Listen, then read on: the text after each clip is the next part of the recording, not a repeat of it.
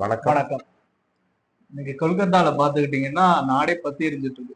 காரணம் 31 வயது தக்க ஒரு மருத்துவர் அந்த ஒரு கோர சம்பவத்தினால ஆங்காங்கே போராட்டங்கள் நடக்குது.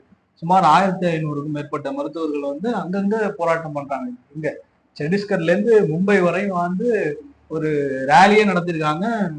எங்களுடைய உரிமையை மீட்க போற ஒரு போராட்டம் அப்படின்னு சொல்லி ஒரு 1000 மருத்துவ மாணவர்கள் ரோட்ல சென்றிருக்காங்க. ஆர்ஜே கர்க் அப்படின்ற ஒரு மருத்துவக் கல்லூரி. ஓகே. அந்த கல்லூரியில இந்த ஒரு பெண் மருத்துவர் பணியாற்றிட்டு களைப்புனால சற்று நேரம் ரெஸ்ட் எடுக்கலாம் அப்படிங்கிற பட்சத்துல அந்த ஓய்வு இடத்துக்கு போயிருக்காங்க. அங்க ஒரே நெரிசலா இருந்த காரணத்தினால செமினார் ஹால் அது கீழே உள்ள அந்த கிரவுண்ட் ஃப்ளோர்ல செமினார் ஹால்ல போய் ரெஸ்ட் எடுக்கலாமே அப்படின்னு சொல்லிட்டு அங்க போயிருந்திருக்காங்க. அதுக்கப்புறம் ஒரு ஈவினிங் சமயத்து போல இந்த ஒரு சம்பவம் நடந்திருக்கு. ஒரு 3 மேற்பட்ட நபர்கள் இருப்பாங்கன்னு சொல்றாங்க. இது ஒரு கேங் ரேப்பா இருக்கலாம், கூட்டு பாலியல் வன்கொடுமை கூட இருக்கலாம்னு சொல்றாங்க. இதெல்லாம் எப்படி சொல்ல வராங்கன்னா, அங்க கிடைச்சிருக்க ஒரு ஃபாரன்சிக் ரிப்போர்ட் படியோ, அங்க இருக்கிற அந்த செம்மன் கவுண்ட் இதெல்லாம் 3க்கும் மேற்பட்ட நபர் இதுல ஈடுபட்டிருக்காங்க. இந்த குற்றத்துல ஈடுபட்டிருக்காங்க அப்படின்னு இப்போ வரையும் கிடைச்சிருக்க ரிப்போர்ட் சொல்லுது. அதனால இதெல்லாம் நம்மளுக்கு என்ன கேள்வி எழும்புது அப்படின்னு பாத்துக்கிட்டீங்கன்னா, இந்த நாட்டுல ஒரு மருத்துவருக்கான பாதுகாப்பே இல்லையா அப்படிங்கிற ஒரு கேள்விதான் எழும்புது. இத்தனை தடைகளையும் தாண்டி நீட்டு, அதுக்கு மேல யூஜி, அதுக்கு மேல பிஜி, இது அத்தனையும் இத்தனை தடைகளையும் ஒவ்வொன்றா தாண்டி தாண்டி கடைசியில இந்த ஒரு நிலைமையில தான் எல்லா மருத்துவர்களும் தள்ளப்படுறாங்களா ஒரு கேள்வியும் எழும்புது. இதுதான் அடிப்படையா ஒரு அரசு மருத்துவர்களுக்கோ இல்ல அரசு ரீதியாவோ அரசுடைய பங்களிப்பால ஒரு தன்னுடைய முனைப்பாலையும் தன்னுடைய ஹார்ட் ஒர்க்னாலையும் செயல்படுற இந்த ஒரு மருத்துவர்கள் இந்த அளவுக்கு தான் பாதுகாப்பு கிடைக்குமாங்கிற ஒரு கேள்வி மக்கள் மத்தியில எழுப்புது. மருத்துவர்களுக்கு பாதுகாப்பு கொடுக்க வேண்டியது அந்த நிறுவனத்துடைய கடமையும் கூட, அரசாங்கத்துடைய கடமையும் கூட. அரசாங்கத்தோட கடமை. இந்த போராட்டத்துல பங்கேற்றிருந்த 1500 மாணவர்களும் மருத்துவர்களும் என்ன கோரிக்கை வைக்கிறாங்கன்னா, எங்களுடைய இந்த ஒரு மருத்துவத்துறையில போதுமான ரிஃபார்ம் கிடையாது. ஓகே. பொலிட்டிக்கல் ரிஃபார்ம் போதுமானது கிடையாது. எங்களுக்கு பாதுகாப்பு கிடையாது. மற்ற நாடுகள் எல்லாம் பாத்தீங்கன்னா யூஎஸ், யூகே எல்லாம் எடுத்துக்கிட்டீங்கன்னா அவ்வளவு மருத்துவர்களுக்காக அவ்வளவு ஒரு ஈடுபாடு கொடுக்குறாங்க.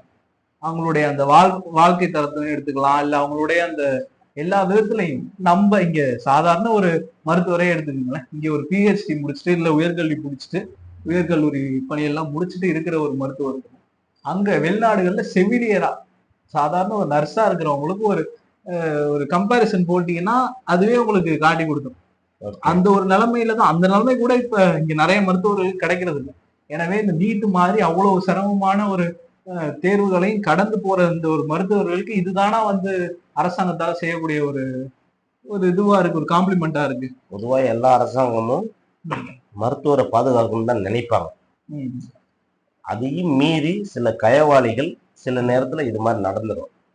இப்போ தமிழ்நாட்டுல கூட சில இடத்துல பாத்தீங்கன்னா ஆப்ரேஷன் பண்ணுவாங்க, குழந்தை பிறந்திருக்கும், குழந்தை இறந்திருக்கும், இல்லாட்டி தாய் இறந்திருப்பாங்க. இங்கேயே சில சம்பவங்கள்லாம் நடந்துடும்.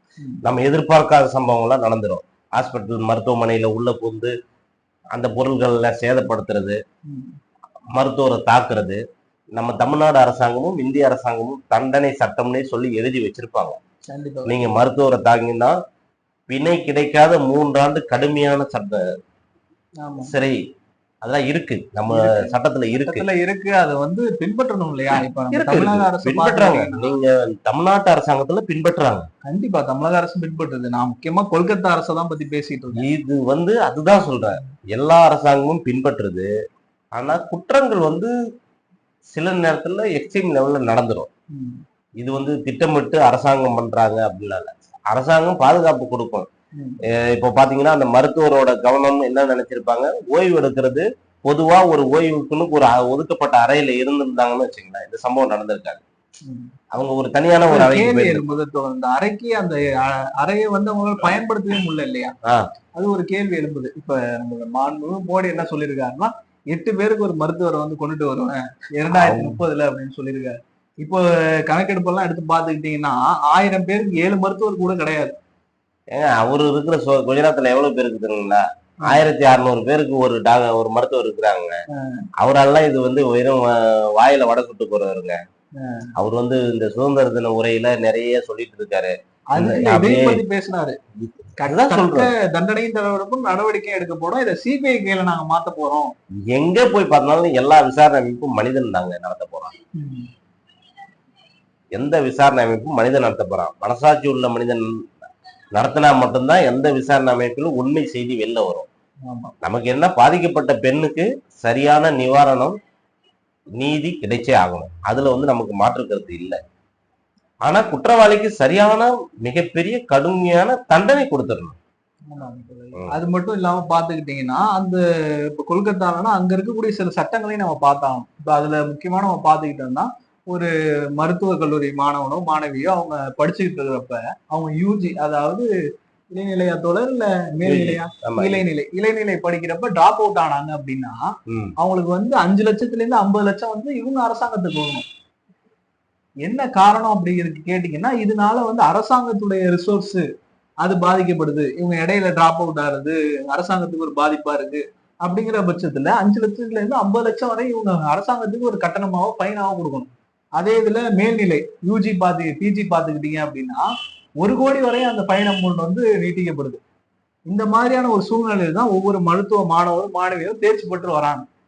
அது மட்டும் இல்லாம நம்ம இந்தியாவுல பாத்துக்கிட்டீங்கன்னா போதுமான வசதிகள் எந்த ஒரு மருத்துவமனையிலும் கிடையாது. நம்ம தமிழ்நாட்டை வச்சே நம்ம எல்லாத்தையும் பேசிட முடியாது இல்லையா? யூபியும் இந்தியாவில தான் இருக்கு, பீகாரும் இந்தியாவில தான் இருக்கு, சத்தீஸ்கரும் இந்தியாவில தான் இருக்கு, அதே இந்தியாவில தான் தமிழ்நாடும் இருக்கு. தமிழ்நாட்டுல நம்ம எல்லா வசதிகளுமே அடையிறதுனால வந்து அங்க எதுவுமே தவறு நடக்காதுன்னு ஒரு விம்பத்துக்கு வந்துடக்கூடாது. அந்த வகையில பாத்துக்கிட்டீங்கன்னா சுமார் 80% மேற்பட்ட மருத்துவமனைகள்ல, அதாவது 5ல் 4 பங்கு மருத்துவமனைகள்ல போதுமான வசதி கிடையாது.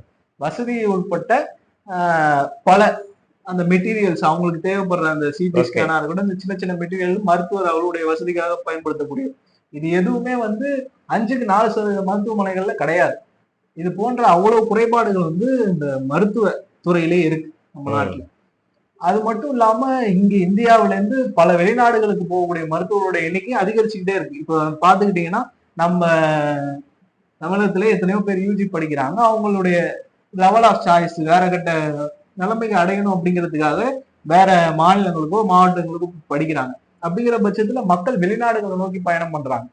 அதுல வந்து போன வருஷம் கணக்கெடுப்பு பாத்தீங்கன்னா 56,000 பேர் வந்து யுஎஸ்ல இப்போதைக்கு தற்காலிகமா வந்து இந்தியாவில இருந்து வந்து மருத்துவத்துறையை வந்து பணிபுரிஞ்சுட்டு இருக்காங்க. அது மிகப்பெரிய சொச்சமான ஒரு அமௌண்ட். அது 59,000 பேர் அப்படிங்கிறது. ஏன்னா இங்க வருஷத்துக்கே வந்து 36,000 மருத்துவர்கள் தான் தேர்ச்சி பெறாங்க ஒவ்வொரு ஆண்டுக்கும். எனவே வந்து இந்த 59,000% 59,000 மக்கள் அப்படிங்கிறது வந்து ஒரு சொற்பமான ஒரு கணக்கு.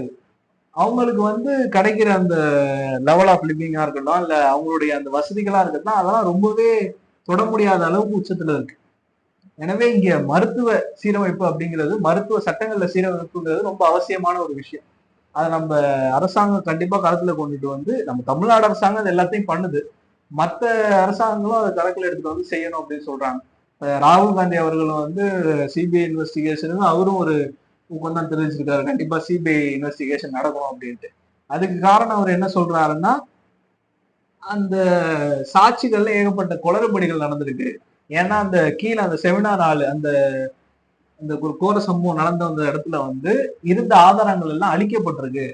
அதனால வந்து கட்டாயமான சிபிஐ இன்வெஸ்டிகேஷன் வேணும் அப்படின்னு வந்து ராகுல் காந்தி சொல்லியிருக்காரு. எனவே வந்து கண்டிப்பா சிபிஐ கைக்கும் போகணும். அது மூலமா ஏதாவது கிடைக்கும் நான் நம்புறேன். நீங்க என்ன நம்புறீங்க? நம்பிக்கைதான் வாழ்க்கை. நம்பிக்கைதான் வாழ்க்கை. வணக்கம்.